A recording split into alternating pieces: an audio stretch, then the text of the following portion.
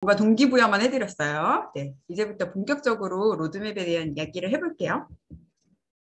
오늘은 로드맵에 대해서 기본적인 이야기, 제가 해왔던 저의 로드맵, 을 보여드리는 건 아니고 어떻게 나는 로드맵을 그렸는지 기본적인 로드맵 보여드리고요. 그리고 로드맵을 어떻게 하면 조금 빨리 당길 수 있는지 뭐 고민을 좀 해볼 만한 포인트들 이런 것들 같이 이야기를 하고 그다음에 자기 분석, 내가 과연 로드맵을 시작하는 이 시점에서 나라는 사람은 무엇에 더 집중해야 하는가 이런 이야기를 좀 같이 해보고요.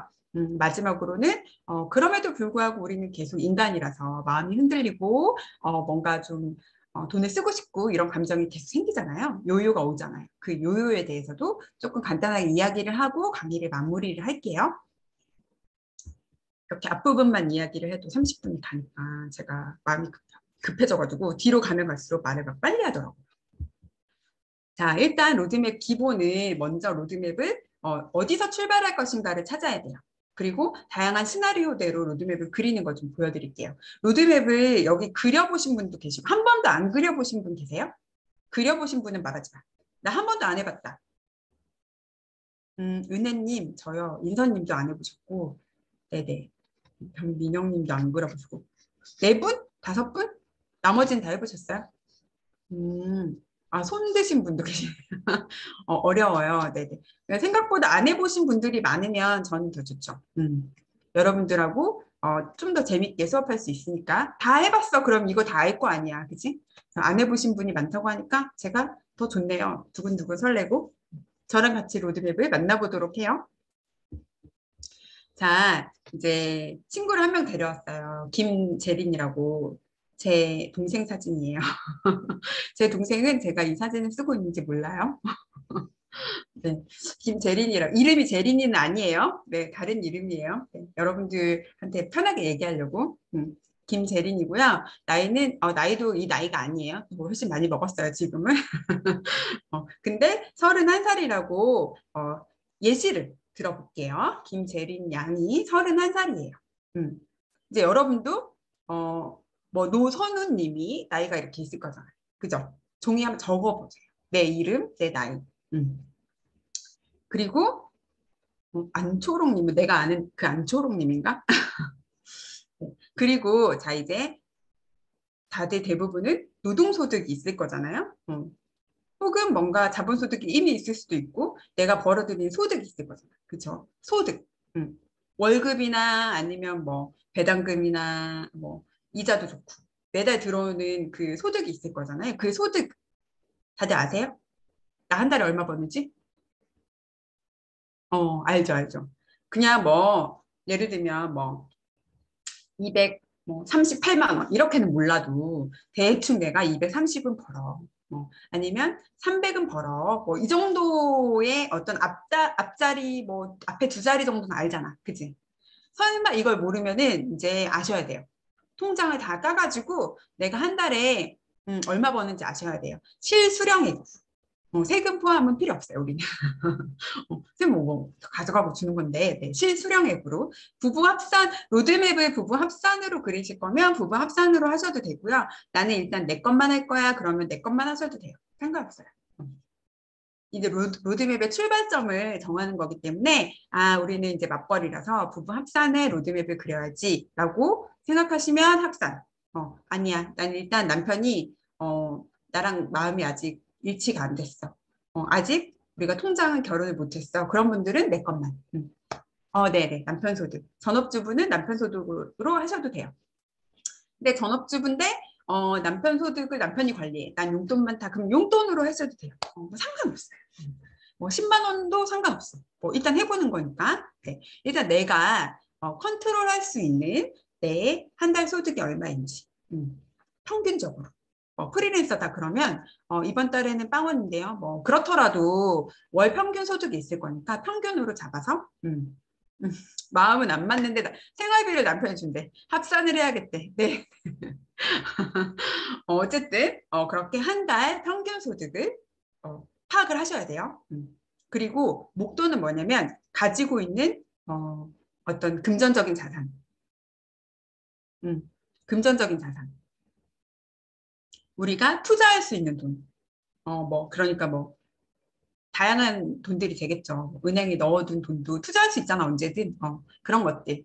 그거를 목돈으로 파악을 하셔야 돼요. 내가 지금 자산이 어느 정도가 있고 이거를 투자를 할 수 있어? 없어? 뭐 이렇게 좀 부동산은 아니죠. 부동산은 나중에 자산에 포함해서 정리를 하시면 되는데 로드맵을 그릴 때는 자산에서는 좀 빼는 게 좋아요. 왜냐하면 부동산은 이제 덩어리가 커가지고 우리가 여기에 수익률을 얹어가지고 얘를 굴리면 너무 막 커져가지고 깜짝 놀랄 거야. 그래서 불가능한 숫자가 나올 수도 있어.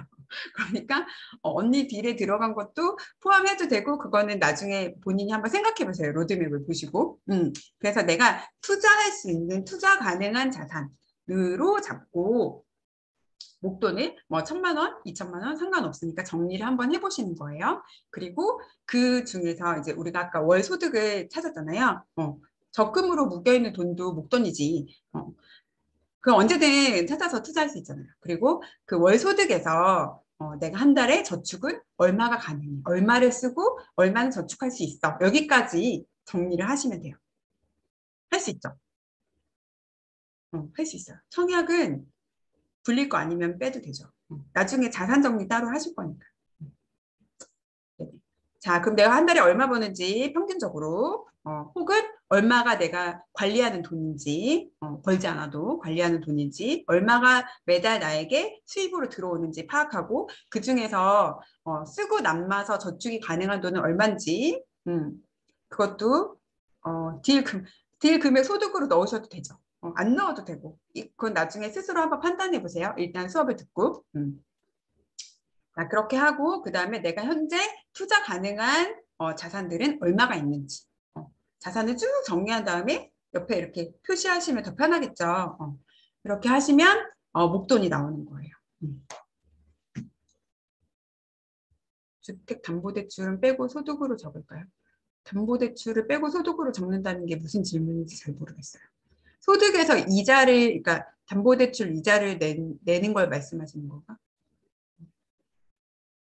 카드 할부는 갚으셔야죠. 아, 소득에서 나가는 돈 다 빼고 남는 돈이 저축액이 될 거잖아요. 그렇게 적으시면 돼요. 소득이 예를 들어 300만 원을 버는데 내가 담보대출로 100만 원을 내. 그래서 200만 원이 소득이야. 그건 아니잖아요. 그건 아니에요. 여러분들이 버는 소득은 300인 거고 그중에 내가 나가는 지출이 담보대출 이자로 뭐 100만 원이 나가요. 그리고 생활비를 100만 원을 쌓아요. 그리고 100만 원은 제가 저축할 수 있어요. 그러면 그게 저축액이 되는 거죠. 음. 이해되셨죠? 음. 이해됐지? 질문이 되게 많으시네요.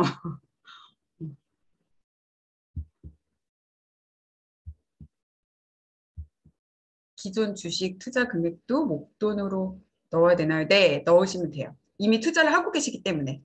그래서 이제 제린이도 이걸 파악을 해본 거예요. 음. 잘 몰랐지만 파악을 뒤에 가서 했겠죠. 현재 금액으로 넣으시면 돼요. 네. 여기서부터 질문이 이렇게 쏟아지면 진도가 안 나갈 것 같아요. 우리 6시까지 수업해야 될 수도. 네. 저랑 헤어지기 싫으면 뭐 그렇게 하셔도 돼요. 저 시간 많거든요. 네. 음. 그래서 이제 여러분들도 제린이도 이 작업을 했겠죠. 자, 이해는 하고 이해 다 되셨죠? 웬만큼은? 네. 근데 더 궁금한 거는 유치원생들은 그 선생님들하고 반에서 만나서 질문하시면 되세요. 자, 여러분들 대부분이 이제 제가 재린 유치원을 하면서 느꼈던 게 저거를 알 것 같지만 다 모르세요. 저거를, 저 알아요. 저 얼마 버는지 저 알아요. 저 월급 이렇게 받아요. 저 소득 이만큼이에요. 저 자산 얼마 있어요. 이렇게 수업 시간에 대답하시잖아요. 근데 나중에 정리해서 숙제로 내달라고 하면 완전 달라져. 잘 몰라요. 잘 모르시고, 그리고 우리가 되게 습관적으로 하는 말이 있죠. 나 돈 없다고. 돈이 얼마 있는지 잘 모르고 맨날 돈 없다. 아이들이 뭐 책 사달라, 뭐 외식하자, 뭐 놀이공원 가자, 그럼 엄마 돈 없어, 막 이러잖아요. 그래서 재린이 유치원에는 금지어가 있어요. 돈 없다, 시간 없다, 너무 늦었다, 부끄럽다. 이렇게 4가지 금지어가 있어요. 이런 말 하지 말자. 그래서 이제 여러분들이 이 작업을 지금 대충 이렇게 뭔가 알 것 같지만 이 시간이 끝나고 싹 한번 정리를 해보세요. 싹 한번 정리를 해서 내가 정말 돈이 없는지 한번 다시 한번 정리 한번 해보셔야 돼요. 그러면 생각보다 내가 돈이 없지 않다라는 거를 많은 분들이 알게 되실 거예요. 숨겨진 자산들이 막 나오거든요. 여러분들 여태까지 그래도 뭐 직장 생활을 최소 못해도 10년 이상 하신 분들이 여기 되게 많이 계세요. 평균적으로. 20대도 있을 수 있지만, 근데 그렇게 생각보다 없진 않으신데, 그냥 우리는 이게 정리가 안 됐고, 내가 어디에 얼마가 쌓여있는지 모르기 때문에 일상 습관적으로 돈이 없는 것 같고, 돈이 없어서 뭔가를 못하는 것 같고, 그렇기 때문에 결핍이 생겨서 뭔가 더 하고 싶고, 뭔가 더 갖고 싶고, 그래서 돈이 조금 생기면 그거를 사는 데에 돈을 다 써버리고, 이 악순환이 계속 반복이 되는 거죠. 그래서 여러분들 제린이와 함께 이 시간이 끝나면 정리를 한번 쭉 해보세요. 정확하게 파악을 하는 시간을 가져보도록 해요. 자, 그래서 이제 출발점을 수입을 파악하고 지출을 파악하고 그리고 자산을 파악하고 이게 출발점이 되는 거예요. 오늘 그걸 다 하실 거죠, 여러분. 우리 유치원생들의 반편성 때문에 먼저 하라고 사전 과제를 내드렸어요. 대부분 하셨을 것 같은데, 선생님들 얘기를 들어보니까, 조금 다시 약간 정리가 덜 된 분들이 많이 보인다고 하시더라고요. 그래서 반에 돌아가셔서, 이제 이 수업 끝나면 반편성을 받으실 건데, 반에 돌아가셔서 선생님들이랑 그걸 다시 한번 정확하게 설명을 듣고 다시 정리하는 시간 좀 가지시는 것도 필요할 것 같아요. 그리고 OT분들은 사전 과제가 없었으니까 이게 끝나면 이 수업이 끝나면 오늘 아까 말씀드렸던 것처럼 수입 파악하고 지출을 파악하고 그래서 목돈을 파악하고 자산 요거를 먼저 하셔야 로드맵을 시작할 수가 있어요. 자, 여러분들 아까 질문 엄청 많이 해주셨는데 다시 한번 정리할게요. 수입은 노동소득이 대부분 있으시잖아요. 내가 아니면 남편이라도 벌고 노동소득이 있겠고 그다음에 자본소득 우리 딜 많이 하시니까 우리 카페는 딜 안에서 임대소득, 배당금, 이자 이런 거 받으시고 주식하시면 배당금도 받으시고 뭐 오피스텔이나 아니면 부동산 가지고 계신 분들, 임대 주신 분들은 임대소득도 있을 수 있고요. 기타로 여러분들이 뭐 부모님이나 뭐 이럴 때 용돈도 많이 받으시고 이런 것들도 꽤 있으실 거예요. 1년에 뭐 어느 정도는 그런 것들까지 싹 한번 정리를 해보세요. 지출은 한 달에 얼마를 쓰느냐 이건데 여러분들이 제가 이거를 최소 3개월 이상 지출을 파악해 봐라라고 늘 얘기를 하는 게 그냥 어떤 달에는 평범하게 뭔가 지출이 크게 뭐 안 나가는 달도 있고요. 누가 뭐 부모님 생신이 있다거나 아니면 뭐 친구가 결혼을 했다거나 뭐 이럴 때는 좀 지출이 확 나가는 달이 있어요. 그래서 이거를 좀 평균을 낼 필요가 있거든요. 혹은 어떤 달에 지출이 더 많이 나가는지 내가 매년 이런 특별한 지출이 나가는 달을 파악하는 것도 좀 필요해요. 그래서 우리가 연말에 머니노트 이벤트 했었잖아요. 그래서 여러분들이 머니 플랜 만드셨죠. 그런 거 같은 작업을 한번 해보셔야 돼요. 네, 일단 지금 1년치를 다 할 시간이 없으면 최소 3개월 이상의 지출을 가지고 내가 어디에 얼마만큼의 돈을 쓰고 있는지 매달 그래서 저축은 얼마가 가능한지 이런 걸 좀 찾으셔야 되거든요. 지출을 여러분들이 분석을 하시면서 이게 고정 지출인지 변동 지출인지도 좀 구분을 하셔야 돼요. 지출은 세세하게 쓰시면서 크게 카테고리를 묶어 나가시는 게 더 좋으세요. 안 그러면 다 나중에 새는 지출이 계속 생기거든요. 그리고 이 작업을 하시면서 나의 방앗간은 어딘지 이런 거를 좀 찾으시면 좋겠죠. 방앗간이 뭔지는 다 아시죠? 우리 카페에서는 이제 다 뭔지 다 참새가 그냥 못 지나가는 방앗간. 네. 사람마다 다르잖아요. 채찍 맞을. 그냥 우리가 뭔가 습관적으로 의식하지 않고 그냥 습관적으로 쓰는 돈을 쓰게 하는 누구는 편의점일 수도 있고 누구는 카페일 수도 있고 누구는 뭐 택시일 수도 있고 뭐 그렇죠. 뭐 아이스크림 교보문고 뭐 다 좋아요. 그런 것들 내가 그냥 푼돈인 줄 알고 썼지만 이게 한 달 모이니까 꽤 큰 돈이 되더라. 여기를 내가 그냥 못 지나가더라. 뭐 이런 것들을 좀 찾아보시는 거예요. 뭐 다이소도 많이들 가시더라고요. 네. 다이소 가지 말라고 저는 추천드려요. 자, 그리고 자산은 여러분들 정리하기 힘드시면 이제 이런 금융권 자산, 부동산 자산 말고요. 어카운트 인포라고 검색을 하셔도 되고 어플이 있거든요. 그리고 인터넷에서는 내 계좌 한눈에라는 사이트에 들어가시면 본인 인증만 하시면 거기에 내가 금융권의 자산이 얼마 있는지 다 나와 있어요. 1금융권, 뭐 은행들 있잖아요. 무슨 우리은행, 뭐 KB은행, 뭐 여기에 내가 잔고가 얼마 있는지 다 나와 있고요. 그 오래 안 쓰는 거였어, 휴면 계좌였어. 그러면 거기에서 직접 해지도 가능하세요. 그래서 잔고는 어디로 넣어라 이런 것도 다 가능하시거든요. 한 500원 정도의 수수료만 내면 통장 관리 다 하실 수 있어요. 그리고 이금융권도 보실 수 있어요. 우체국 막 이런 거 있잖아요. 신협, 농협 이런 것도 다 보실 수 있고 여기는 카드 정보도 볼 수 있어요. 그래서 카드 회사 여러분들 내가 카드가 몇 개가 있고 거기에 쌓여있는 포인트는 몇 점이 있고 그 포인트도 정리도 다 하실 수 있고요. 그다음에 보험회사 정보도 다 볼 수 있어요. 그래서 어느 보험회사에 어떤 보험이 들어있고 얼마짜리인지 뭐 이런 것도 다 보실 수 있어요. 그래서 여러분들이 금융권에 관한 정보는 굳이 다른데 따로 더 가지 않아도 이 사이트에서 다 보실 수 있어요. 네네. 그리고 그 증권사도 다 볼 수 있어요. 평가 금액으로 다 나와요. 그래서 내가 증권사 계좌가 막 여기저기 있다. 매달 뭐 연말에 월말에 정리할 때 뭐 삼성증권 들어가고 하나금투 들어가고 뭐 신한 뭐 들어가고 너무 힘들어. 그럼 여기서 보시면 돼요. 다 나와 있어. 평가 금액으로. 그래서 여기 들어가서 자산 정리를 한번 싹 해보시면 되세요. 네네. 그 은행 직접 가서 통장을 해지하기도 사실 힘들잖아요. 그 시간 들고 돈 되잖아요. 그래서 약간 500원 정도의 돈을 내고 정리를 하시면 훨씬 시간도 절약되고 통장 정리가 깔끔하게 되니까 통장 뭐 해지하는 게 아깝다는 분들도 있는데 그냥 해지하셔도 돼요. 안 써요, 여러분. 상관없습니다.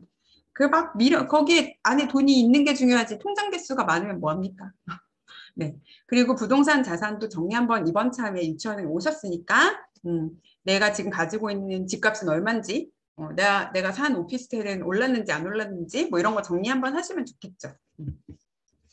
그리고 기타, 자산은 로드맵의 출발점하고는 별로 상관이 없어요. 자동차는 저희가 자산으로 쳐드리지 않기 때문에.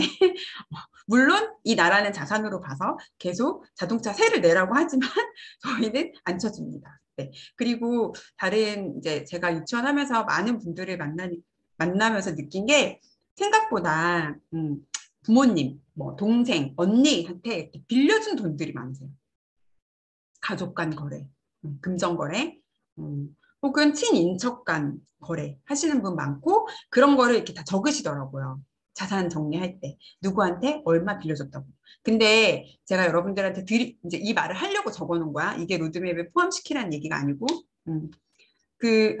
받을 생각을 그냥 안 하셨으면 좋겠어요. 주면 좋지. 주면 좋은데 그걸 받을 생각을 하고 내 자산에 포함시켜가지고 관리를 하시면 안 주는 게 너무 스트레스 받아요. 너무 힘들어 마음이. 그리고 애초에 그냥 안 빌려줬으면 좋겠어요. 여러분들이. 뭐 평상시에 그런 요청을 받을 때 적당히 좋은 거절할 이유를 만들어 놓고 안 빌려주는 게 제일 좋아요. 그리고 그러니까 뭔가 도움을 주고 싶으면 그냥 줘야지 이거를 그래 나도 어렵지만 네가 어려우니까 내가 빌려줄게 언제까지 꼭 갚아줘 이렇게 하는 거는 저는 하지 말라고 말씀드려요. 그래서 여러분들이 그 돈을 로드맵에 포함시키면 되게 스트레스 받고 힘드시니까 그거는 빼셨으면 좋겠어요. 그리고 앞으로는 그런 일을 웬만하면 만들지 말자. 그래서 제가 적어놨죠. 로드맵의 출발점은 투자 가능한 자산이 되어야 하고, 사실 뭐 여러분들이 뭐 왼쪽에 있는 것도 넣고 싶다? 그러면 제가 뭐라고 말씀을 못 드려요. 하지 말아라 이렇게 할 수는 없어요. 왜냐하면 이게 무슨 정해진 법은 아니거든요. 제가 해왔던 저의 생각이고 저의 규칙인 건데 여러분이 저는 이쪽에 있는 것도 제 로드맵에 들고 가고 싶어요 라고 하시면 그렇게 하셔도 돼요. 상관없어요. 근데 이제 뒤에 가서 로드맵을 실제로 보시고 이거를 포함을 할지 말지는 스스로 판단하시면 되는데 보증금, 내가 지금 살고 있는 집에 보증금이 있어. 자가가 아니라서 전세나 월세 보증금. 이거는 투자를 할 수가 없잖아요. 그래서 저는 뺐어요. 그리고 부동산, 내가 지금 살고 있는 집. 얘는 지금은 이제 최근 몇 년간은 부동산이 자고 일어나면 올라서 굉장히 높은 수익률을 보여줬지만 뭐 앞으로는 또 어떻게 될지 모르잖아요. 그래서 이게 로드맵에 들어와서 뭐 10%의 수익률을 내라고 하면 얘는 참 힘들어질 수도 있어요. 그리고 덩어리가 크기 때문에. 그래서 저는 거주하고 있는 부동산도 뺐어요. 그리고 실손보험. 이거는 아플 때 뭔가 보장을 받기 위해서 돈을 내는 거잖아요. 미리 내는 거야. 갯돈처럼 그냥 내는 겨. 근데 이거를 내가 뭔가 재테크를 위해서 가입했다. 이거 잘못 드신 거예요. 생각을 잘못하신 거고 아니면 설계사한테 속았을 수도 있고 뭐 설계사가 속인 건 아니겠지만 내가 이해를 잘 못했을 수도 있고 실손보험은 아닌 거예요. 재테크랑은 거리가 있어요. 그리고 자동차 아까 뺀다고 했고요. 엄마나 뭐 친구한테 빌려준 돈 그냥 빼세요. 마음 편하게. 자, 그러면 뭐가 들어갈 수 있어요? 로드맵의 출발점에는? 예금 적금 아까 물어보신 분 계셨죠? 예금 적금 그다음에 CMA에 쌓여 있는 돈들 그다음에 내가 투자를 목적으로 샀던 부동산이 있으면 걔는 넣어야겠죠. 왜냐하면 성과 관리를 해야 되니까. 내가 목표한 대로 생각했던 대로 얘가 수익이 나주고 있는지 봐야 되기 때문에 넣으면 좋겠죠. 근데 뭔가 월세를 받으려고 했다라고 하면 굳이 그 부동산의 그 샀던 금액을 거기 넣을 필요는 없어요. 그것도 또 부담을 줄 수 있어서 그거는 여러분들 정하시면 돼요. 그리고 저축성 보험, 변액보험은 약간 재테크 목적으로 가입을 하셨을 테니까 얘는 들어오는 게 좋겠죠. 그리고 뭐 여러 가지 상품들, 금융 상품들 그런 것들도 당연히 들어와야 되고 펀드, 주식, 채권 당연히 들어와야겠죠. 왜냐면 금융자산이고 실제로 투자를 하고 계시는 거기 때문에 마감관리, 성과관리가 필요한 애들이 여기 들어와야 된다. 이렇게 말씀을 드려요. 근데 정말 제가 계속 반복해서 말씀드리지만 정답은 있다 없다? 없다. 없어. 그럼 어떻게 하면 돼? 상관없어. 다 합쳐서 해도 돼. 저는 부동산이 제일 큰데 로드맵에서 이걸 빼니까 너무 제가 돈이 없는 것 같아요. 그 너무 속상해요. 이럴 필요가 있어요, 없어요? 없다. 어, 하고 싶은 대로 해봐라. 넣어서도 해보고 빼고도 해보고 그럼 되잖아, 그치? 로드맵이 한 개일 필요가 있다 없다? 없다. 로드맵은 100개를 그려도 되고 200개를 그려도 돼요. 그러니까 정답은 없어요. 제가 오늘 말씀드리는 거는 이렇게 저는 했어요 라는 어떤 샘플인 거기 때문에 여러분들은 여러분의 상황에 맞게 나는 이거를 넣을까 말까? 잘 모르겠네. 그럼 넣고도 해보고 빼고도 해보고 이렇게 하시면 되세요. 이해되셨죠? 여기까지. 네. 그러면 이제 출발점이 정해졌어요. 여러분의 출발점도 정할 수 있겠죠? 정할 수 있겠지? 응. 난 지금 잘 몰라. 이따가 봐야지 알 수 있을 것 같아. 그럼 대충 쓰세요. 왜냐면 실습을 해야 되니까. 대충 써. 내 이름, 내 나이, 내 소득. 대충 뭐 잘 몰라도 돼. 내가 월에 한 280 버나? 그럼 뭐 280으로 쓰던가 아니면 200, 자신 없으면 270 써도 돼요. 상관없어요. 그리고 자산이 얼마 있는지 잘 모르겠어. 정말 모르겠어. 그럼 그냥 1,000만 원 쓰세요. 1,000만 원이 부담스럽다. 500만 원 쓰세요. 상관없어요.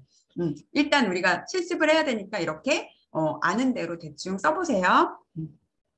우리 제린이는 31살에 세후 금액 아까 누가 세전 물어봤는데 세전은 우린 필요 없고 진짜 내 손에 떨어지는 월급이 월에 200이라고 계산하기 쉽게 200이라고 해놨어요. 그리고 자산은 예금에 1,000만 원이 들어있고 전세 보증금으로 5천만 원이 있대요. 그러면 로드맵에는 6천만 원을 해도 돼요. 근데 저는 얼마를 했을까요? 1,000만 원. 이거 퀴즈를 낼 걸 그랬나? 1,000만 원. 그리고 우리 제린이는 한 달에 100만 원은 생활비로 쓰고 100만 원은 저축을 한대요. 정리되셨죠? 네네. 월에 200을 버는데 저축은 100만 원이 가능하고 현재 있는 목돈은 투자 가능한 목돈은 1,000만 원. 이렇게 정리가 된 거예요. 이해 다 되셨죠? 갑자기 어려워지거나 이런 건 아니지? 네. 제 넘어가도 되죠? 안 어렵죠? 너무 쉽지? 여기까지 너무 쉽지? 재밌어요? 뭔가 좀 해볼만 할 것 같아? 이 시간이 끝나고도 뭔가 해볼만 할 것 같아요? 내 거 하라 그래도? 아프다고요? 제가 아프게 했어요. 네네, 쭉쭉 넘어갈게요. 네. 너무 안 넘어가졌어. 네. 자, 이제 진짜 로드맵으로 왔어요. 첫 번째 로드맵 샵 1, 왔어요. 자, 평균 수익률 15%로 가정할게요. 왜냐면 부자언니 부자특강에 15%로 언니가 말씀하셨어요. 예적금 할 게 아니고 우린 투자를 할 거니까 15%. 그리고 요즘 우리 부자언니 딜도 다 15%, 연 15% 아닌가? 12%인가 보다. 12%. 네, 일단은 우리는 15%로 가정을 할게요. 이 15%가 중요한 건 아니에요. 더 낮게 해도 되고 상관없거든요. 근데 이제 강의 시간에는 샘플로는 15%로 해볼게요, 여러분. 그래서 이제 표를 이렇게 만드는 거예요. 종이에 그려도 되고요. 엑셀에 그리셔도 돼요. 단위는 10,000원 단위예요. 원 단위 아닌데 2,530원 아닙니다. 10,000원이에요. 자, 그래서 맨 위에는 연도를 쫙 썼어요. 2022년도부터 이렇게 쭉 그리는 거예요. 언제까지 갈 건지는 뭐 상관없어요. 여러분들 마음이니까 쭉 그리고 그 아래 나이를 썼어요. 내가 몇 살에 어느 정도의 자산이 되는지 보려고 나이를 쓴 거예요. 내가 여기에다가 남편 나이, 애 나이도 같이 써도 되죠. 상관없죠. 쭉 쓰시고 투자 가능한 자산이 아까 1,000만 원 있었잖아요. 그래서 2022년 밑에는 1,000만 원 썼어요. 이해되시죠? 그리고 연 저축액을 쓰는데 한 달에 100만 원 저축이 가능하다고 했잖아요. 그러니까 연 저축액이니까 1년에 채팅으로 좀 써주시겠어요? 1년에 1,200, 1,200. 이제 같이 해야 돼. 왜냐면 분명히 이해가 안 되시는 분이 나올 거예요. 이게 별거 아닌 것 같지만. 그래서 내가 지금 투자 가능한 자산 1,000만 원 있고 한 달에 100만 원씩 1년 동안 1,200을 모을 수 있어. 이게 재린이었잖아요. 31살의 재린이. 그러면 나는 2022년 12월 말이 되면 얼마가 있어요? 합해서 2,200만 원. 그지? 2,200만 원이 돼요. 근데 우리가 15% 수익을 낸다고 가정하기로 했기 때문에 2,200만 원에서 15%를 계산하면 330만 원. 330만 원쯤 나온대요. 2,200만 원에다가 곱하기 1.15를 하면 2,530만 원이 돼요. 한 번에 계산돼요. 2,200만 원에 15%가 330만 원이어서 합하면 2023년도에 2,530만 원이 되잖아요. 근데 그냥 한 방에 계산하려면 1.15를 곱하시면 돼요. 0.15를 곱하면 15%고 1.15를 곱하면 1이 원금이 되거든요. 그래서 2,530만 원이 한 방에 나와요. 이 1이 갑자기 왜 튀어나오냐고 질문하신 분이 계셔서 그 질문을 들은 후로는 계속 설명을 드리고 있어요. 1은 원금이고 15%는 수익이다. 이렇게. 이해되셨죠? 그러면 2023년도에 제린이는 15% 수익을 냈다라고 하면 안 내는 건 생각하지 맙시다. 우리 지금 냈다라고 가정하면 2,530만 원의 자산이 생기는 거예요. 그쵸? 출발하는 거예요. 다시. 그러면 또 1년에 1,200을 모을 수 있습니다. 합하면 얼마가 돼요? 3,730만 원이 돼요. 그러면 또 수익이 15% 난다고 가정하면 또 얼마가 나오겠죠? 이해되세요? 560이에요. 그럼 그걸 합한 게 또 2024년도에 투자 가능한 자산이 되겠죠. 이렇게 쭉 이어지는 게 로드맵이에요, 여러분. 이제 로드맵이 뭔지는 대충 아시겠죠? 이게 된다, 안 된다 생각하지 마세요. 지금 생각하지 마. 그냥 더하고 곱하고 또 더하고 곱하고 이렇게 하는 거구나. 자, 연도를 쭉 적었고 나이를 쭉 적었어요. 뭐 남편 나이도 같이 적어도 되고 아이 나이를 같이 적으셔도 상관없어요. 쭉 적고 내가 지금 우리가 앞에서 이렇게 찾아놨잖아. 투자 가능한 자산을 찾아놨잖아요. 투자 가능한 자산을 딱 여기다 출발할 때 적는 거예요. 그리고 내가 매달 얼마씩 저축할 수 있어를 찾아놨으니까 그러면 1년 동안 내가 저축할 수 있는 돈은 얼마야가 나오잖아요. 한 달에 100만 원씩 하면 1년에 1,200만 원이야. 이렇게 해서 얘를 합하면 나는 투자를 하지 않아도 올해 말에는 2,200만 원이 돼. 근데 나는 투자를 할 거니까 수익률을 15%로 계산해 보면 2,200만 원에서 내가 330만 원의 수익을 낸다라고 보는 거예요. 낸다라고 보는 거예요. 그러면 2,200만 원은 내가 있는 돈, 모은 돈이 되는 거고 330만 원은 투자 수익이 되는 거고 요렇게 합해져서 2023년도에 2,530만 원이 다시 출발점이 되는 거고. 그쵸? 다 이해되셨죠? 여기까지. 그러면 또 저축을 할 거고, 또 수익을 낼 거고, 또 더 할 거고. 이 더해진 금액이 2024년도에 출발점이 되는 거고, 또 저축을 할 거고, 또 수익을 낼 거고, 또 합계가 나오고. 이해되셨죠? 어렵다. 나는 모르겠다. 없죠? 완벽하게 설명을 하고 넘어가야겠어. 네, 네. 그렇게 이제 이렇게 쭉 흘러가게 그림을 그려보면요. 우리 제린이는 1년에 1,000만 원으로 시작하고 한 달에 100만 원씩 모아. 1년에 1,200을 모아 15% 수익을 내. 그러면 어디까지 가요? 61살까지 그려봤어요. 여러분들 좀 뭔가 확 자극 받으시라고. 뭔가 와우가 되세요? 이렇게 환갑까지 하면 61살이 환갑이잖아. 60살이 환갑이 아니잖아. 대한민국, 그죠? 이렇게 환갑까지 하면 얼마가 돼요? 단위가 10,000원이니까 66억. 66억이 돼요. 자산이. 여러분들 이걸 해야겠어요? 안 해야겠어요? 재테크 해야겠어? 안 해야겠어? 투자해야겠어? 안 해야겠어? 어. 이왕에 하는 거니까 우리가 로드맵 왜 한다 그랬어? 핏빛이 계속 핑크빛이 되니까. 로드맵을 해야겠어? 안 해야겠어? 이 로드맵으로 내가 정말 2022년도에 목표 달성했어, 안 했어? 2023년도에 나는 어디까지 갈 거야? 10년 뒤에 나는 얼마가 돼? 이게 눈으로 보이잖아요, 가시적으로. 해야겠어, 안 해야겠어? 동기부여가 확 되지 않으세요? 아, 내가 이렇게만 하면, 61살의 환갑에 66억의 부자가 된다고? 그럼 나 뭔가 해야겠는데? 이런 자극이 확 오시잖아요. 우리가 제휴해서, 너무 늦었다, 금지어라고. 일단 그려보고 나서 얘기하세요. 내 나이가 40 넘었는데요. 50 다 돼가는데요. 일단 그려보세요. 그런 분들은 한 70살까지 그리시면 되잖아요. 우리 어차피 120살 살 거라서 지금 여기 카페에 50 넘었어, 이제 50 전에 가입을 하셔서 제가 지금 50이 넘었어요 하시는 분들도요. 인생 아직 반도 안 살았어요. 걱정하지 말고 일단 그려보시는 거예요. 그러면 해야 돼, 안 해야 돼? 지금이라도 정신 차리고 내가 사냥하는 법을 배워야 돼, 안 배워야 돼? 확 뭔가 답이 나올 거예요. 제가 굳이 말하지 않아도. 음. 여기까지 다 이해되셨죠? 다 따라오셨고, 배워야 돼요. 사냥하는 법. 이제부터라도 정신 똑바로 차리고 살아야 되겠다. 내가 좀 똑똑하게 투자도 해야 되겠고, 똑똑하게 돈도 써야겠다.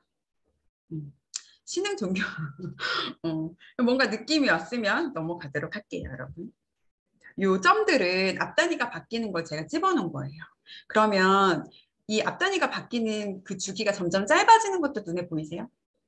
이게 이제 바로 그 워렌 버핏이 얘기한 스노우볼이잖아요. 구르고 구르면 점점 눈덩이가 커지는 속도가 더 훨씬 빨라지겠죠.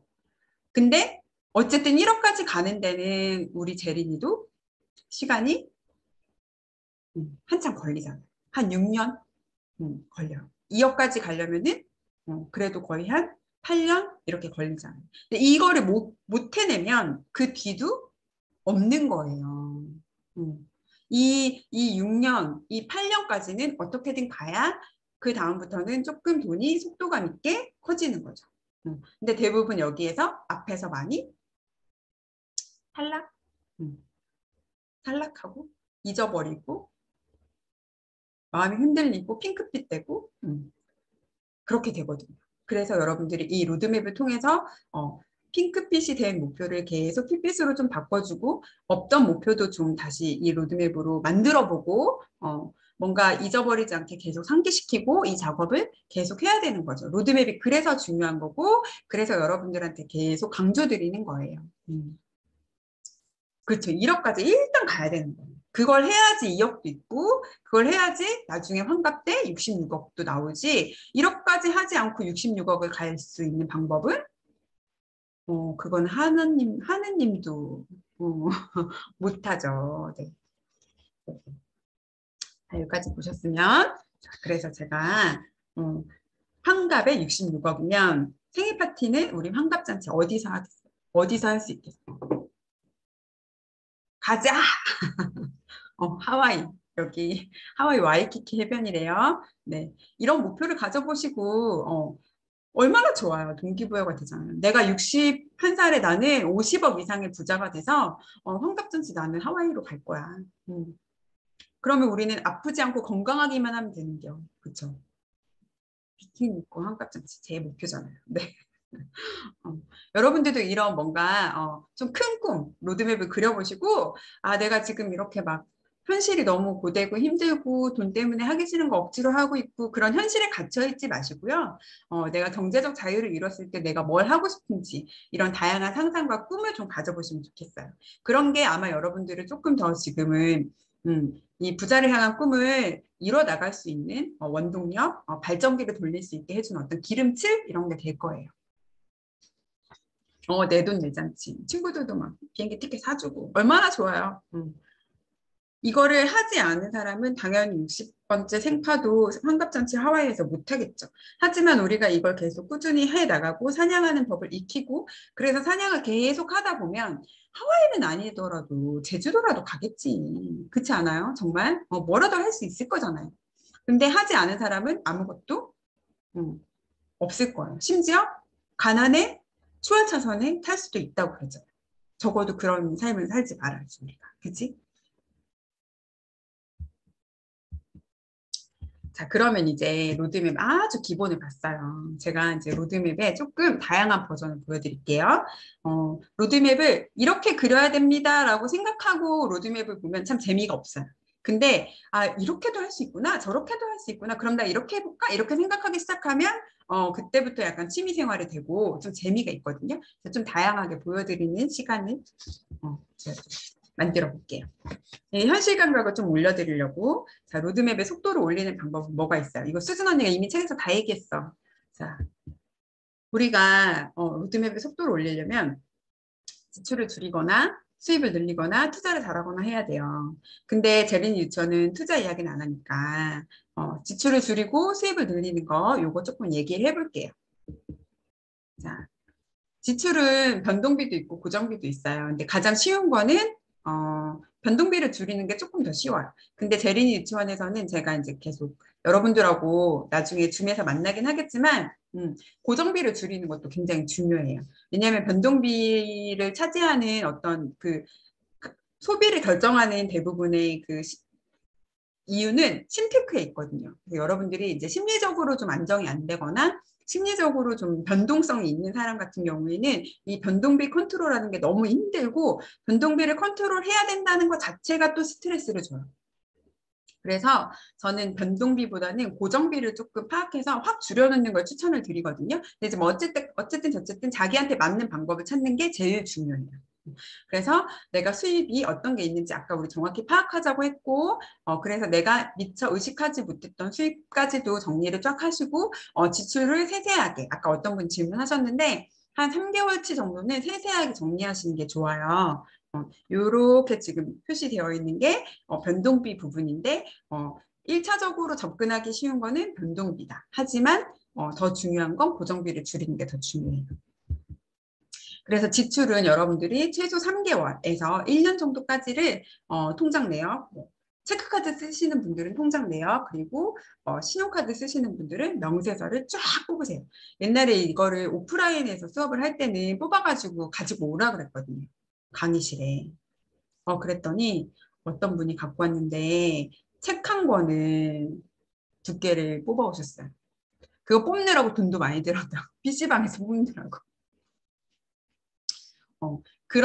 이거를 약간 눈으로 뽑아보면, 아, 내가 3개월 동안 이렇게 많이 썼다고? 이런 느낌이 오실 거예요. 그래서 저는 이거를 온라인으로 하시고 엑셀로 하시는 것도 좋은데, 일단 한번 좀 뽑아보라고 말씀을 드리는 게, 체감이 잘 돼서.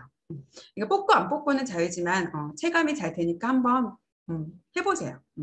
그래서 카드 명세서든 뭐 통장 내역이든 쫙 뽑아놓고, 그리고 형광펜을 들고 앉으시는 거예요. 여러분들이 좋아하는 장소에 가서 하세요. 책상도 좋고 카페도 좋고 가서 찾으시는 거예요. 어떤 걸 찾냐? 내가 이렇게 좀 낭비라고 생각하는 어떤 지출들. 그런 거 대부분 아까 이렇게 쳐있던 그 변동비를 아마 여러분들 많이 찾아내실 거예요. 왜냐하면 그게 다 심리적인 이유에서 혹은 습관적으로 갔던 거기 때문에 돌아보면 아깝거든요. 그 쓸 때는 뭔가 합리화를 굉장히 잘해. 아, 내가 지금 몸이 피곤하니까 택시를 좀 타야 되겠고, 내가 지금 뭔가 너무 뭐 피곤하니까 커피를 한 잔 마셔야 되겠고, 아, 시간이 너무 뭐 약속 시간보다 너무 일찍 도착해서 어쩔 수 없어서 커피를 마실 수밖에 없어. 뭐 이렇게 합리화를 겁나게 잘하지만 이게 시간이 지나고 나서 이 기록만 딱 보면은 아깝다고 생각되는 건 대부분 다 이런 소비거든요. 아까 그 박스에 있던 그런 소비. 그래서 카페, 베이커리, 뭐 편의점, 택시비, 뭐 네일 아트 했던 거, 뭐 피부 관리실, 뭐 이런 거 쫙 찾아가지고 형광펜으로 색칠을 하시는 거예요. 그럼 이제 이게 3개월치를 찾았으니까 이거를 쫙 하고 나서 합계를 쫙 내면은 금액이 나올 텐데, 나누기 3을 해야 한 달 평균 전체 지출 금액이랑 한 달 평균 내가 낭비하고 있던 금액이 같이 나오겠죠. 방앗간 소비 지출 금액이 나오겠죠. 그럼 내가 한 달에 이런 방앗간들 혹은 이런 낭비성 지출에 10만 원을 쓰고 있었다, 20만 원을 쓰고 있었다 이런 게 파악이 좀 되실 거예요. 여기까지는 이해되셨죠? 아까 좀 어렵다고 하신 분 계셨는데 다시 보기 무한 반복 하세요. 한 3주 해드릴게요. 네. 이렇게 하셔서 나의 한 달 지출, 평균 지출, 그리고 한 달 내가 낭비하고 있었던 지출을 계산을 딱 하시는 거예요. 그렇게 해서 제린이가 이렇게 찾아봤더니 보이세요? 네, 뭐가 막 나왔어. 나와서 얘가 찾아봤더니 내가 한 달에 낭비성 지출이 한 15만 원, 20만 원 되는 것 같아. 뭐 이런 이제 정리가 된 거예요. 보기도 전에 괴롭다고요? 그러면 안 되지. 즐겁게 우리 약간 이제 새로운 취미 생활 하기로 했으니까 찾아내는 재미로 이게 이제 너무 스트레스 받으면서 하시면은 꼴 보기 싫어질 수가 있어. 그러니까 약간 내가 쓴 돈이지만 내가 아닌 나라고 생각하는 거야. 김지연 A가 김지연 B의 소비를 찾아낸다고 생각하시는 거지. 그렇게 해서 찾아내시는 거예요. 탐정처럼 찾아가지고 이제 지출을 줄일 계획을 짜보는 거예요. 아, 내가 세상에 커피를 날마다 이렇게 먹고 있었다고? 막 이렇게 찾아보시는 거예요. 그러면 내가 한 달에 5번만 줄여볼까? 이건 이제 줄이는 계획이거든요. 아, 내가 4천 원짜리 커피를 한 달에 5번만 좀 안 가도 2만 원이 아껴지는데? 줄이는 계획을 사보시는 거예요. 아, 내가 외식을 이렇게 매주 하고 있었다고? 그럼 이거 2번만 안 가면 한 4만 원 아끼겠는데? 음, 내가 편의점에서 쓰는 돈이 세상에 한 달에 뭐 6만 원이라고? 그러면 내가 맥주 4캔짜리 이거 그만 사고 과자 그만 사고 2번만 좀 이거 횟수를 줄여도 2만 4천 원 아끼겠다.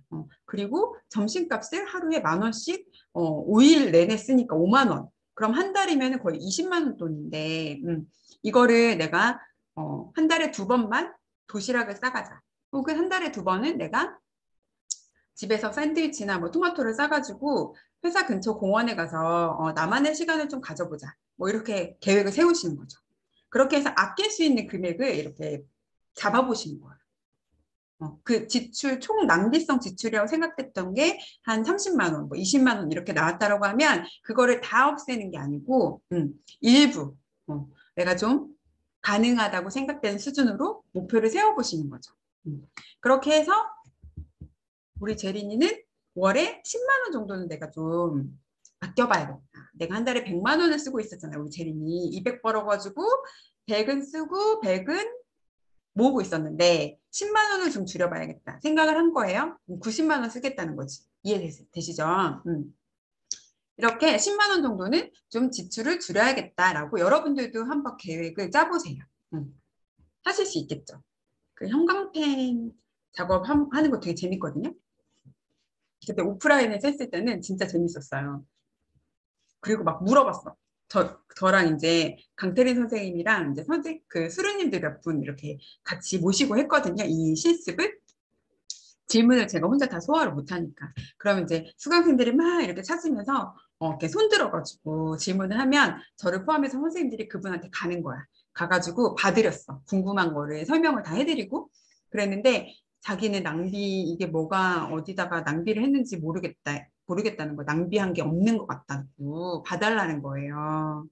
그래서 이제 우리 선생님 중에 한 분이 가서 봤는데 이디야. 이디야, 파리바게트, 이디야.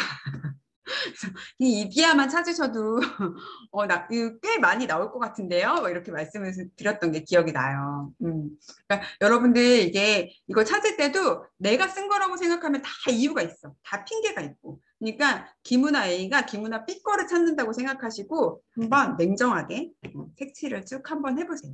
해보시고 합계를 내시고 거기에서 내가 좀 줄이겠다. 이거를 일주일 내내 하던 거를 3번으로 좀 줄여보자. 한 달에 뭐 4번 하던 거를 2번으로 줄여보자. 이렇게 정리 한번 해보세요.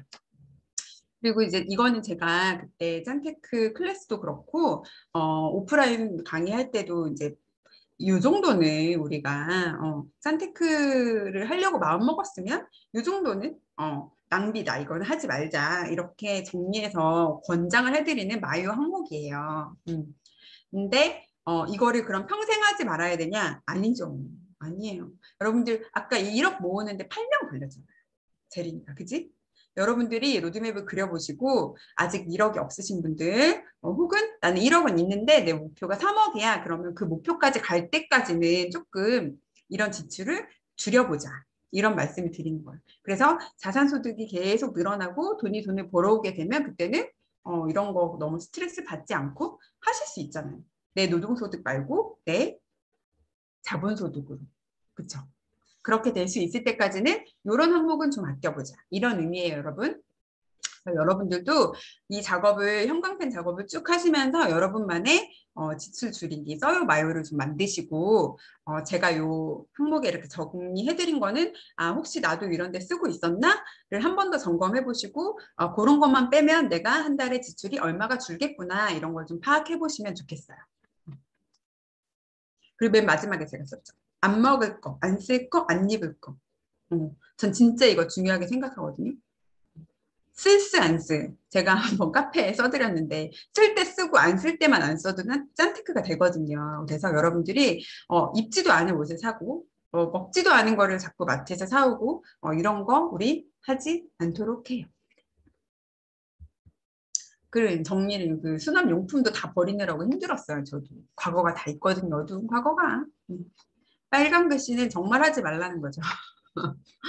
자, 그리고 이제 수입을 늘리는 거는 이제 우리 제린이 같은 경우에는 뭐 어려울 수도 있죠. 1,000만 원밖에 없으니까 자본으로 수익을 늘리는 건 어려울 수 있지만 저 과거 있죠. 네, 어두운 과거가 아주 많습니다. 제가 금리 채권 그 예고 그래도 써드렸죠. 투자 잘못해서 망한 거.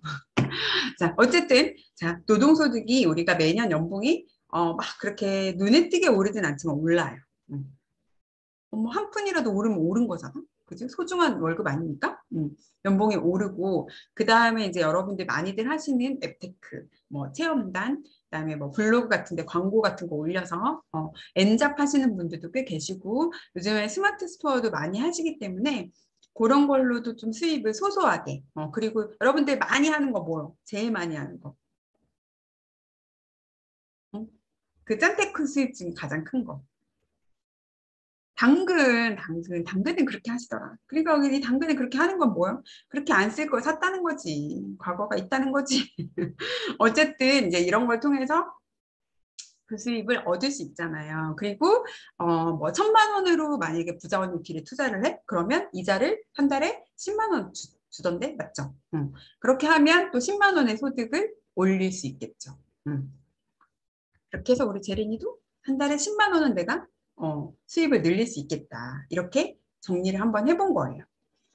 자, 그래서 여러분들이 이제 수입 지출을 이렇게 정리를 한번 스스로 하실 건데, 연간 예산을 짜는 게 굉장히 중요하고, 이런 부분은 짠테크 수업 때 제가 다시 한번 말씀드릴게요. 그리고 수입은 아까 우리가 잘 모르면 대충 적으세요라고 했는데, 내가 수입을 뭐 255만 원을 버는데 260만 원으로 잡으시면 가계부 빵꾸 나요. 그래서 수입은 적게 적으시라고 말씀드리는 거고, 지출은 예상 지출, 예산을 짜실 때, 이번 달 내가 지출을 뭐 한 280만 원 쓸 것 같은데, 그럼 한 290만 원 정도 예산을 잡으시는 게 좋아요. 그래야 가계부 빵꾸가 안 나거든요. 그리고 생활비는 주 단위로 관리하는 게 좋아요. 월 단위로 관리하시는 분들 많은데 한 달 생활비를 쪼개서 관리하시는 게 좋아요. 아까 그래서 그 지출 줄이기 예시를 들 때도 커피를 내가 5회를 줄이겠다고 했잖아요. 그게 일주일에 한 번씩만 안 가는 거를 잡은 거예요. 한 달에 4주일 때도 있고 5주일 때도 있으니까.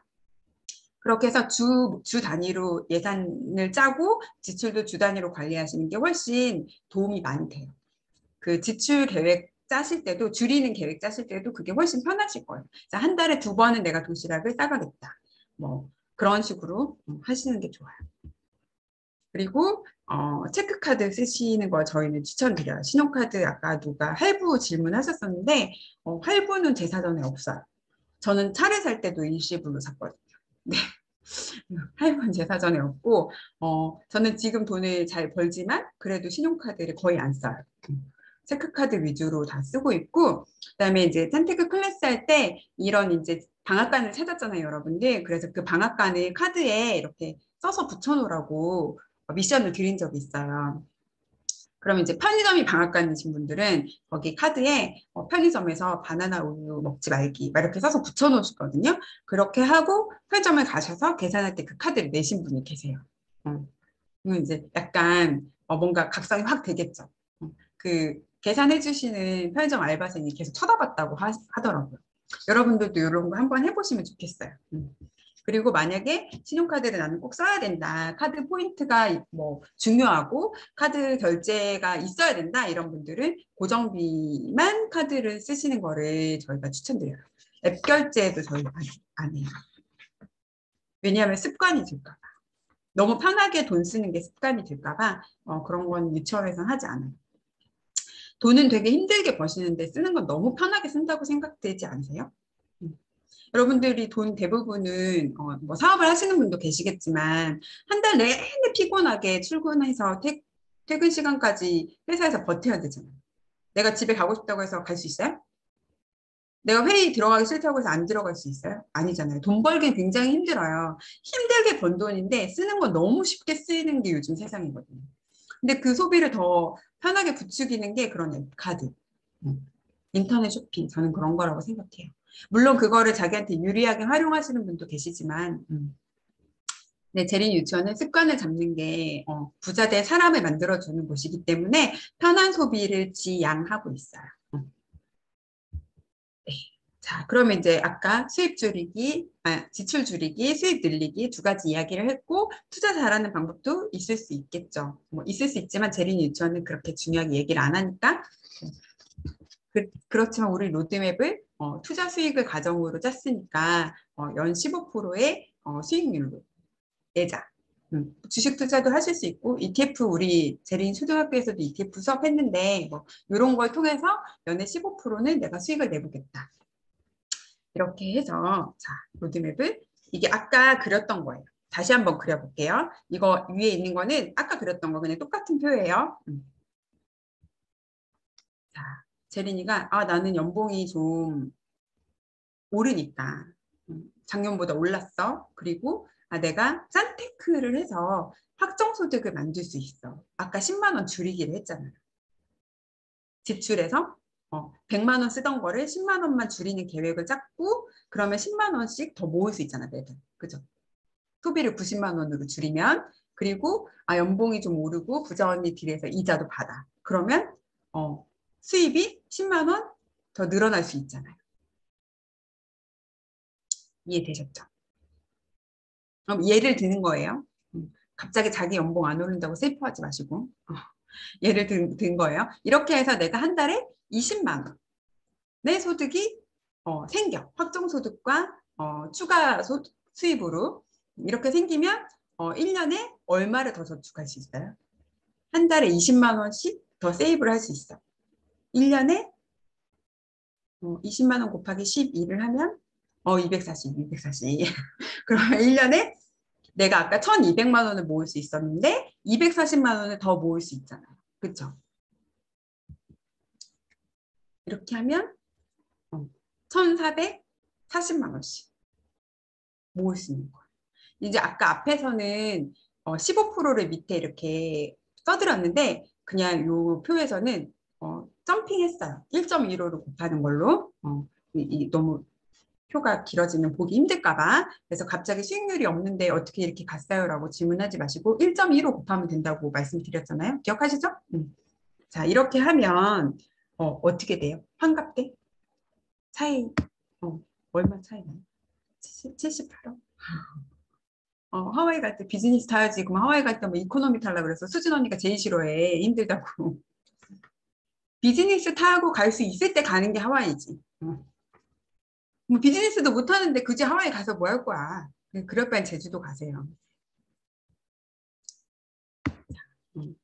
보이시죠? 이 차이가 한 달에 얼마를 아꼈어요. 10만 원 아끼고 10만 원 정도 더 버는 거에 집중을 했더니 한 달에 20만 원 차이가 환갑에 가서 10억 이상의 차이를 갖고 왔어요. 선테크를 해야 돼요, 안 해야 돼요? 매달 100만 원씩 막 더 본 거 아니잖아. 대리운전 뛴 거 아니잖아. 어? 맞죠? 아주 그냥 좀 조금만 더 약간 했어요. 했는데 꾸준히 해야겠지 대신. 꾸준히 하니까 환갑에 가서 12억 이상, 78억 정도의 차이를 갖고 왔어요. 그리고 돈이 굴러가는 속도도 당연히 조금 더 빨라지겠죠. 이래서 짠테크 이제 해야겠다는 생각 확 들죠. 자, 이제 정리 한번 해봐요. 우리 로드맵 해야 되겠다는 생각 드셨죠? 들었고 짠테크 왜 필요한지 로드맵으로 보셨죠? 로드맵 이래서 하는 거예요, 여러분. 그 여러분이 뭔가 명품 가방이 너무 갖고 싶어. 친구가 얼마 전에 루이비통에서 무슨 가방을 샀어. 근데 그거 보니까 너무 예쁘고 나도 뭔가 하나 있어야 될 것 같아.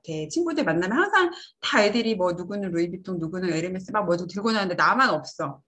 갑자기 막 너무 내가 초라한 것 같고 막 이래. 그러면 어떻게 해야 돼? 내가 돈이 없어서 뭐 루이비통 가방 하나 살 정도의 돈이 없는 건 아니야. 확 사버려? 로드맵을 먼저 그려야죠. 로드맵 먼저 그려보는 거예요. 그리고 나서도 그래도 내가 뭐 이거 산다고 그렇게 크게 달라지지 않는데 그냥 괜찮을 것 같은데 그러면 사면 되잖아. 그렇지? 제가 여러분들 가방 사지 마세요. 뭐 돈 쓰지 마세요. 저는 이런 말 절대 하지 않아요. 여러분들이 스스로 로드맵을 그려보시고 판단하시는 거예요. 해외여행 갈 거야, 안 갈 거야? 가지 말라고 절대 말하지 않아요. 내가 해외 유럽을 뭐 이렇게 한 10박 며칠 갔다 오는데 한 1,000만 원쯤 들 것 같아. 근데 내가 이 돈을 쓸 것이냐? 아니면 말 것이냐? 가면 되게 뭔가 경험이 많이 쌓이고 나에게 좋을 것 같은데, 그리고 내가 이렇게 길게 쉴 수 있는 기간이 또 올 것 같지가 않아. 그럼 뭐 해야 돼? 로드맵을 다시 그려보시는 거죠. 그리고 나서 판단하시면 돼요. 그것도 안 해보고 막 돈이 아까운 것 같고 뭔가 이 카페 분위기는 내가 해외여행 갔다 오면 역적이 될 것 같고 그래서 뭔가 좀 돈 쓰면 뭔가 죄인이 될 것 같고 내가 너무 그동안 짠테크만 해서 그런지 이 유럽 가는데 1,000만 원은 미친 짓 같고 막 이러잖아요. 그렇게 할 필요가 전혀 없는 거죠, 여러분. 쓸 때 쓰고 안 쓸 때 안 쓰는 거고 쓸 때는 로드맵을 먼저 그려보고 스스로 고민과 판단을 하신 다음에 결정하시면 돼요. 여기까지 봤어요. 근데 제린이가 생각을 해봤어. 연봉은 내년에 또 오르잖아. 별로 티 안 나지만. 티는 안 나지만 오르잖아. 그리고 내가 결혼할 수도 있잖아. 갑자기 소득이 확 더 오를 수도 있고. 그지? 그리고 지출 컨트롤을 더 열심히 해야겠다는 생각도 막 들어. 그리고 자본소득이 점점 늘어날 거잖아. 난 점점 투자를 더 많이 할 거고 투자를 더 잘할 거고 사냥법을 계속 배울 건데 뭔가 더 좋아지겠지. 그렇지 않을까? 이런 생각을 막 한 거야, 제린이가. 그래서 이제는 진짜 로드맵을 또 한번 그려보자. 결심을 한 거예요. 안 올라요, 연봉이 10년 동안. 이직하자. 그 회사 어딥니까? 이직하자. 자, 평균 수익률을 똑같이 15%로 가정을 했고요. 아까 1,440만 원으로 쭉 갔는데 계속 해마다 뭔가 조금 소득이 더 올라가고 지출은 좀 더 줄일 수 있다고 가정한 거예요. 제가 로드맵을 그리는 동안 할 수 있냐 없냐는 생각하지 말라고 했어요. 그거는 나중에 생각하세요. 일단 가정하고 그려본 거예요. 로드맵은 일단 그려보는 거예요. 이렇게 해서 매년 한 달에 20만 원씩 더 한다고 생각해서 240만 원을 계속 늘어난다고 가정하고 그렸습니다, 여러분. 제 나이가 43살인데요. 지금 이건 제리니 거지만 제 나이가 43살인데 제가 1년에 저축을 4,320만 원 할 수 있을까요? 이렇게 생각하면 로드맵을 못 그려요. 그지? 일단은 가정하고 그려본 거예요. 이렇게 쭉 그렸더니 환갑에 하와이를 시작으로 세계 여행 1년 하고 돌아와도 되죠. 되죠. 되죠. 돼요. 돼요. 일단 하고 보는 거예요. 이렇게 했더니 153억 막 이렇게 됐대요. 15%로 가정했을 때. 재밌죠? 여러분 한번 해보세요. 되고 안 되고는 생각하지 마.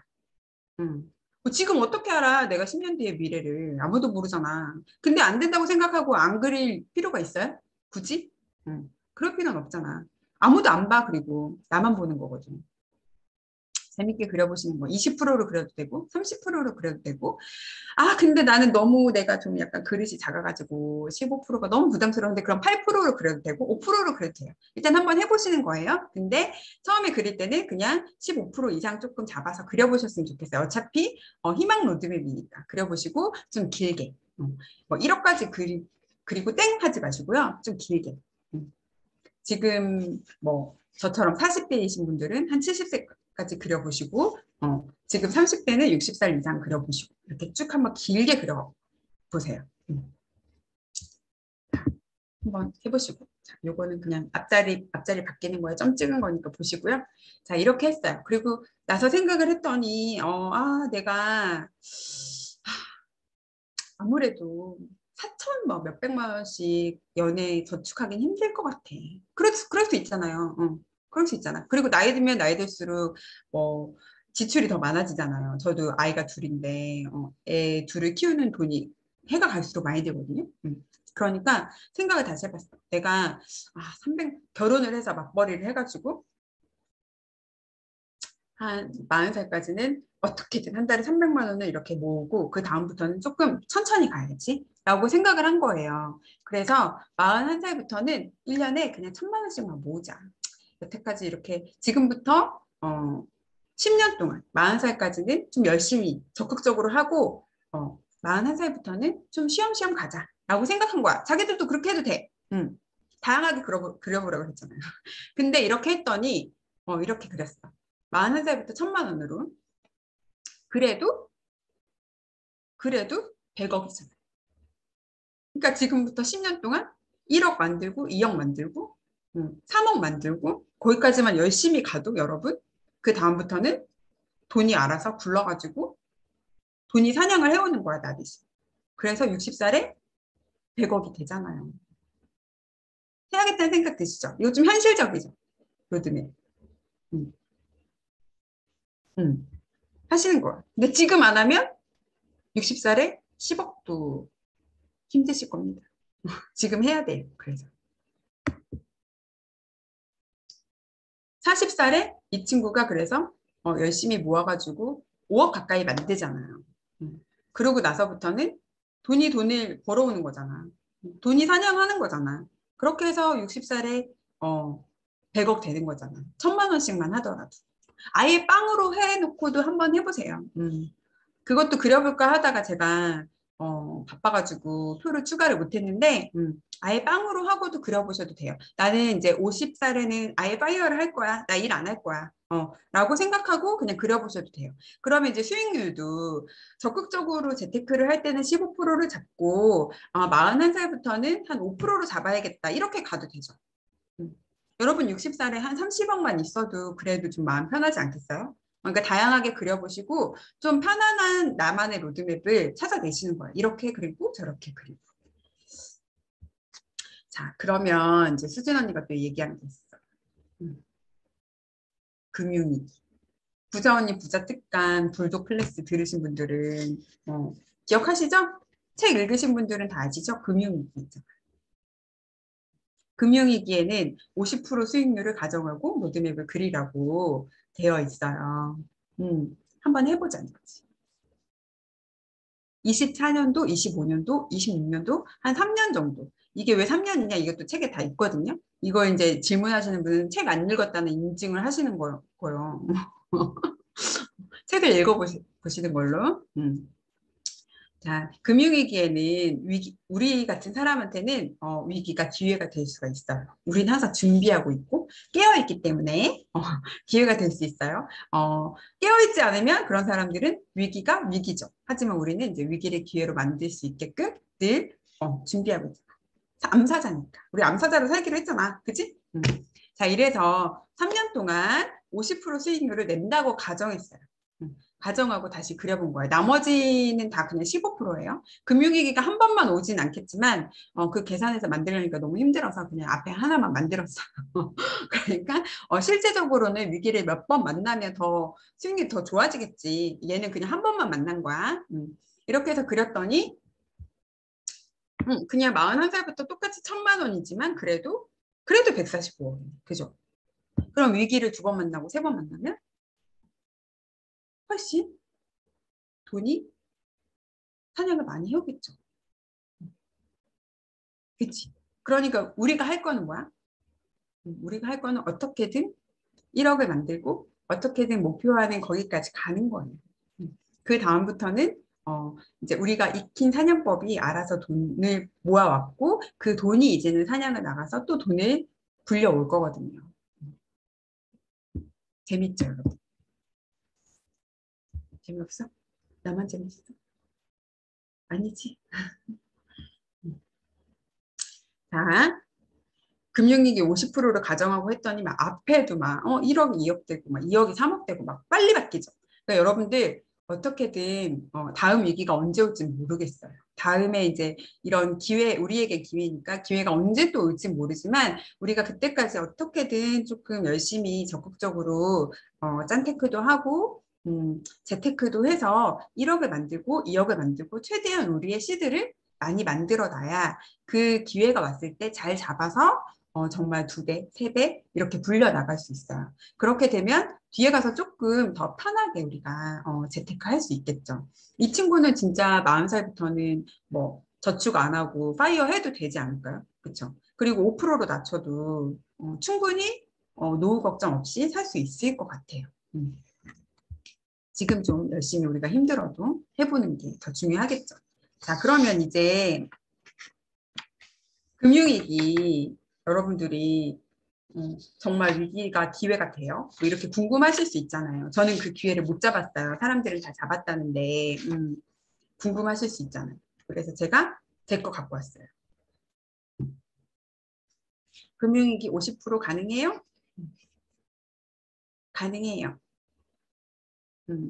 이게 이제 제 하나금투 은영님은 봤잖아 지난번에.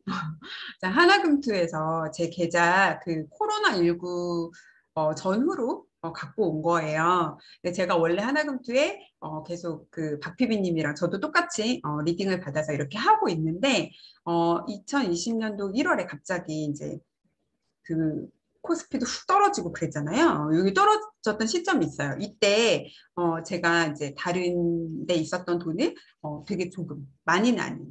조금 일부를 주식을 더 샀어요. 그때 미국 주식 T사 주식을 조금 샀어요. 많이 못 넣었어요. 저도 이 위기라는 게 제가 겪어보니까 정말 깨어 있어야 된다고 생각되는 게 되게 기회가 짧게 오더라고요. 빨리 판단하고 빨리 대응해야 되더라고요. 그래서 정말 눈 깜짝할 사이에 놓치면 그냥 지나가는 거고 약간 그런 느낌이 들었어요. 그래서 정말 위기가 기회인 건 맞는데 그거를 빨리 알아차리고 빨리 대응을 했을 때 그걸 기회로 만들 수 있구나 이런 생각이 들었고 그때 무슨 영혼까지 끌어모아서 뭘 했었으면 지금 훨씬 더 잘 됐을 수도 있는데 그거는 또 약간 부담스럽더라고요. 그러니까 내가 할 수 있는 만큼 저는 이제 일부를 이렇게 자산을 옮겼어요. 엔사 수익 실현은 그 전에 했었고 T사를 저는 좀 더 샀어요 그때. 그렇게 해서 제가 그쵸. 저는 엔비디아는 그 전에 수익 실현을 해서 남편 차를 사는데 제 돈이 줬죠. 주식으로 차를 사줬어요. 그래서 제가 2020년 5월에 제 자산 잔고에 이거 제 거예요. 계좌번호는 개인정보라고 표시하고 좀 가려놨고요. 제 거예요. 그래서 변액에서 약간 중도 인출을 해서 미국 주식을 추가로 좀 샀고 그게 일부 샀던 게 이제 이렇게 바뀐 거예요. 2020년 불과 몇 달 사이죠. 7월 달에. 티사가 많이 오르고 막 이래가지고 바뀌었어요. 그렇게 해서 전체 자산이 네, 앞자리가 막 한 2배 이상 뛰었던 것 같아요. 정말. 그러니까 50%는 충분히 가능하다. 저는 이런 생각이 그때 들었어요. 그 전에 그 서브프라임 때는 저도 위기가 위기였어요. 망한 투자를 해가지고. 근데 이제 이번에는 약간 진짜 느낌이 왔어요. 정말 기회가 될 수 있겠다 이런 생각이 들었고, 근데 저는 막 몰빵하는 성격은 아니어서 그냥 약간 변액이 있었던 약간의 돈을 옮겨서 주식으로 돈의 포지션을 바꾼 거죠. 그렇게 해서 결과가 이때 전 자산이 뭐 한 2억이 안 됐었는데 주식 잔고에 그게 이제 5억 이상의 자산으로 이렇게 늘어났어요. 그러니까 여러분들이 금융위기 뭐 50% 수익률 되나요? 이렇게 물어보시면 저는 된다고 말씀드려요. 근데 항상 준비가 되어 있어야 되고 빠르게 판단할 수 있어야 돼요. 그렇게 하려면 공부가 되어 있어야겠죠. 미리미리 공부를 해야 되고, 그리고 공부만 했다고 해서 이걸 할 수 있는 건 아니고 어쨌든 여유로운 좀 자금이 있어야지 행동으로 옮길 수가 있잖아요. 그래서 우리가 언제 올지 모르지만 지금 모여서 함께 공부하고 함께 그때를 대비한 어떤 시드머니를 만들어 나가는 단계다. 이렇게 생각하시면 좋겠어요. 지금 여러분들은 막 급하게 투자를 할 게 아니라 차근차근 스텝 바이 스텝으로 내 시드머니를 불려나가는 과정이 먼저 필요하다. 이런 말씀을 드리고요. 제가 보니까 선생님들한테 들어보니까 자산이 많은 분들도 꽤 계시긴 한 것 같아요. 근데 그래서 목적이 다 다르겠죠. 재림 유치원에 들어오시는 목적은 다 다르겠지만 대부분의 분들은 혹은 뭐 내가 뭐 나는 1억 이상 이미 있지만 3억이 목표야. 그런 분도 마찬가지예요. 급하게 투자를 할 필요 전혀 없으시고 언제든 이런 위기를 잘 타면, 흐름을 잘 타면 수익률이라는 게 매년 15%씩 나지 않아도 그게 한 방에 이렇게 회복이 다 되거든요. 3년치 수익률을 한 번에 다 캐치업을 할 수도 있잖아요. 그렇죠? 그러니까 급하게 내가 올해 15% 달성하지 못해도 전혀 상관이 없어요. 차근차근 현금을 좀 확보하고 투자를 뭐 부자 언니 딜 같은 데 투자를 하셔서 그런 자본 뭐 소득을 좀 늘리고 내가 좀 아껴 쓰고 이런 거에 집중을 하다가 아 그때야 때가 왔어 이런 시그널을 만나면 그때 여러분들이 정말 투자를 빵 해서 그때 제대로 기회를 만드시면 돼요. 그래서 15% 수익률이 돼요? 안 돼도 상관없어요. 제가 2022년도에 저 15% 수익률 못할 것 같은데요. 전혀 상관없어요. 한 번에 캐치업할 수 있는 기회는 분명히 와요. 그러니까 여러분들이 로드맵을 그릴 때 뭐 15% 저는 너무 부담스러운데요. 8%도 저는 힘들 것 같아요. 막 이런 말씀 하시는데 그냥 그리세요. 그냥 로드맵을 그릴 때는 곱하고 더하고 이 계산만 하시는 거예요. 너무 많이 생각하지 마시고. 계산을 잘못하면은 은퇴 시점이 막 바뀌어. 그러니까 계산을 똑바로 해야지. 그거에만 집중을 하시는 거고, 그리고 나서 15%를 내가 짠테크로 최대한 얼마만큼 할 수 있을까? 이런 고민을 하시는 거고, 돈이 좀 있는 분들은 차근차근 내가 이거를 뭐 딜에 투자를 해보자. 혹은 뭐 이루다 이런 데 내가 노후를 위해서 이렇게 좀 대비를 해보자. 뭐 이런 식으로 계획을 세우시는 거고, 계획을 세우시는 거고, 그게 올해 15%가 나지 않아도 전혀 스트레스 받을 일이 아니라는 거죠. 내가 내 시드를 늘리는 데 집중을 하셨으면 요게 언젠가는 좋은 흐름을 타고 좋은 기회가 반드시 오거든요. 제가 재테크 한 지 10년 됐다고 그랬잖아요. 이런 기회가 이제 코로나19의 어떤 상황은 이제 좀 어쨌든 많은 분들이 고통스러워했지만 그런 상황은 그렇게 자주 오진 않지만 제가 투자를 해보면 어쨌든 뭐 2, 3년에 한 번씩은 주식시장이 좋은 흐름을 탈 때가 오고요. 2, 3년에 한 번씩은 내 자산이 점프업하는 시기가 오더라고요. 그러니까 여러분들이 15%에 너무 집착하지 마시고 너무 자신감을 잃을 필요도 없고 편안하게 로드맵을 그려보시고 올해 내가 어디까지 할 수 있는지 내가 할 수 있는 거에 일단 집중하시면 돼요. 그리고 내년이 되면 또 내년에 내가 가지고 있는 걸로 다시 출발하시면 되고요. 근데 이제 오늘 여러분들이 이 수업 끝나고 그리시는 그 최초의 로드맵을 저는 꼭 보관하셨으면 좋겠어요. 저처럼 이렇게 9년, 10년이 지나서 다시 보시면요. 안 될 것 같았잖아요. 근데 그게 되어 있어요. 여러분들이 포기하지 않고 우리랑 같이 꾸준히 여기서 짠테크 하시고 투자하시고 재테크를 해 나가시다 보면 10년 뒤에 매해에는 그게 달성이 안 될 수도 있는데 10년 뒤에 다시 보시면 그게 돼 있어요. 전 진짜 10년만 해보시면 뭐 우리나라가 뭐 국가 부도의 위기에 처하거나 이러지 않으면은 그건 제가 막을 수가 없잖아요. 그러지만 않으면 다 되어 있으실 거예요. 오히려 더 초과를 해서 되어 있을 수도 있어요. 저 같은 경우에도 제가 처음에 와 이게 된다고 생각했던 게 그 이상 가 있거든요. 여러분들도 포기하지 말고 꼭 하셨으면 좋겠어요. 마음 급하게 먹지 말라고 강렬하게 빨간 글씨로 주의사항을 써드렸어요. 장기 로드맵은 되게 큰 목표잖아요. 근데 그 장기 로드맵이 한 방에 이루어지냐? 절대 그런 일 없어요, 여러분. 수십 개의 단기 로드맵들이 촘촘하게 앞으로 나가서 결국 도착을 하는 게 장기 로드맵인 거거든요. 여러분들도 너무 이제 제가 뭐 50% 보여주고 막 60살에 100억 보여주고 이러니까 막 당장 될 것 같고 막 빨리 저걸 만들어야 될 것 같고 이렇게 생각하지 않으셨으면 좋겠어요. 정말로 제가 초보 운전자예요.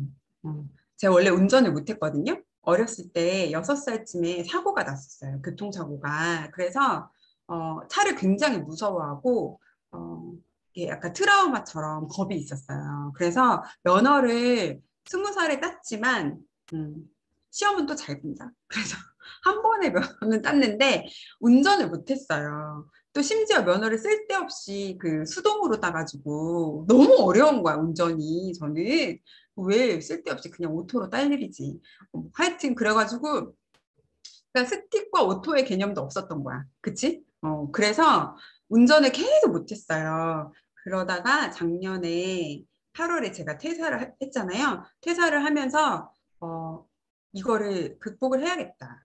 내 인생의 숙제다. 제 인생의 숙제가 몇 가지가 있는데 그 중에 하나가 운전이었어요. 그래서 이거를 극복을 좀 해야겠다. 마음을 먹었어요.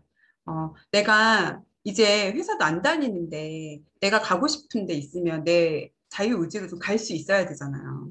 맨날 남편한테 태워다 줘, 뭐 나 좀 데리러 와 할 수 없잖아요. 그래서 좀 편하게 내가 기동성을 확보하려면 내가 운전을 해야 되겠다. 라고 생각을 했어요. 그래서 퇴사하고 제일 먼저 한 일이 차를 샀어요. 운전은 못하는데 일단 차를 샀어요. 그래서 차를 사가지고 운전을 시작을 했는데 그래서 지금 초보 운전자예요. 8월 달에 운전을 시작했으니까 초보 운전자인데 이제 어떤 분이랑 어디를 같이 갈 일이 있었어요. 각자 차로. 그래서 이제 그분은 굉장히 운전이 이제 능숙하신 분, 뭐 20년 이상 하신 분이고 저는 몇 달 안 된 초보 운전자고 그분이 이제 앞에서 운전하시고 저는 뒷차로 따라가고 있었어요. 초행길 잘 몰라. 내비가 있지만 저 차를 따라가면 되겠지라고 생각을 했어요. 근데 이제 이분은 굉장히 능숙한 운전자잖아요. 그래서 신호가 이제 노란색으로 바뀌었는데 이분이 이제 막 가신 거예요. 혼자 가버렸어. 저는 노란색이면 멈춰야 되니까 전 투보 운전자잖아요. 그래서 멈춘 거예요. 그래서 그분 먼저 가셨고 저는 뒤에 남았어요. 그러니까 신호 하나가 차이가 난 거죠. 그렇게 해서 내비를 보고 그냥 이제 간 거예요. 갔는데 이제 목적지가 있었잖아요. 목적지가 거의 다 왔어요. 왔는데 목적지를 가려면 이렇게 유턴을 받아야 되는 상황이었거든요. 근데 그 유턴 할 수 있는 그 길에 그분 차가 있더라고요. 얼마 차이 안 나더라고요. 초보, 초보 운전자나 뭐 능숙한 운전자나 신호 하나를 먼저 받아서 갔지만 결국 목적지에서 만난 거예요. 그러니까 여러분들 제가 하고 싶은 말은 뭐냐면 마음이 급하고 뭔가 막 그렇게 할 필요가 없다는 얘기예요. 나보다 지금 돈 많은 사람 보이면 뭔가 나도 빨리 저렇게 되고 싶고 빨리 가야 될 것 같고 쫓아가야 될 것 같지만 결국 우리는 목적지에서 다 만나게 돼 있어요. 그냥 내가 나의 길을, 내 내비를 보고 차근차근 내 로드맵대로 가다 보면 결국은 나는 목적지에 도착하게 돼 있는 거고, 거기에 누군가 조금 먼저 와 있을 수도 있는 거고, 누군가는 조금 뒤에 올 수도 있는 거예요. 중요하지 않아요. 맞아요. 내가 그 길을 이탈하지 않고 사고만 안 나면 돼요. 내가 최대한 집중해서 내 내비대로 그냥 가면 되는 거예요. 여러분들이 마음 급하게 먹지 않으셨으면 해서 말씀을 드렸어요.